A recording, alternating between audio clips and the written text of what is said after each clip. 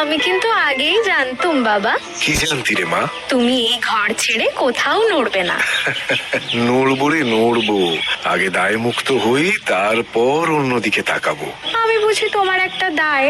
দায় তো পিতৃদায়, মাতৃদায়, কন্যাদায়। আমাকে না হয় সেকেন্ড ক্লাস থেকে পড়া ছাড়িয়ে এনে ঘরে বসিয়ে রেখেছো, হাবুলকে তো আর তা পারবে না। একজন মাস্টার না রাখলে কিন্তু চলবে না, ব্যাস। আচ্ছা দেখছি। আচ্ছা, রান্নার গন্ধে আপনার কষ্ট হচ্ছে না? আগে আমাকে বলছেন? নয়তো আর কাকে? আপনি কি ভেবেছেন আমি হাবুলের সঙ্গে এতক্ষণ ভদ্রতা করছিলাম? না না, মোটেই কষ্ট হচ্ছে না। এমনি করে আস্তে আস্তে আলাপ জমে, আলাপ এগোয়। সুধা, এদিকে আয় তো। বলো। মাস্টার যাতে ফাঁকি না দেয় তা তুই দেখবি। তুই নিজেই নাকি তার সঙ্গে গল্প গুজব করে সময় নষ্ট করি। এ নালিশ তোমার কাছে কে করেছে বাবা? কলতলায় অন্য ভাড়াটিয়ারা সব আলোচনা করছিল, তাই কানে গেল। তোকে নিজেকে সবটা বুঝে শুনে চলতে হবে মা। বেশ।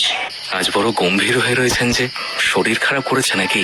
মানুষের শরীরটাই বুঝিস না। এই যে মাস্টার, চলো, তোমার সঙ্গে আমার কয়েকটা কথা আছে। বাবা দাঁড়াও, ওকে যা বলার আমার সামনেই বলো বাবা।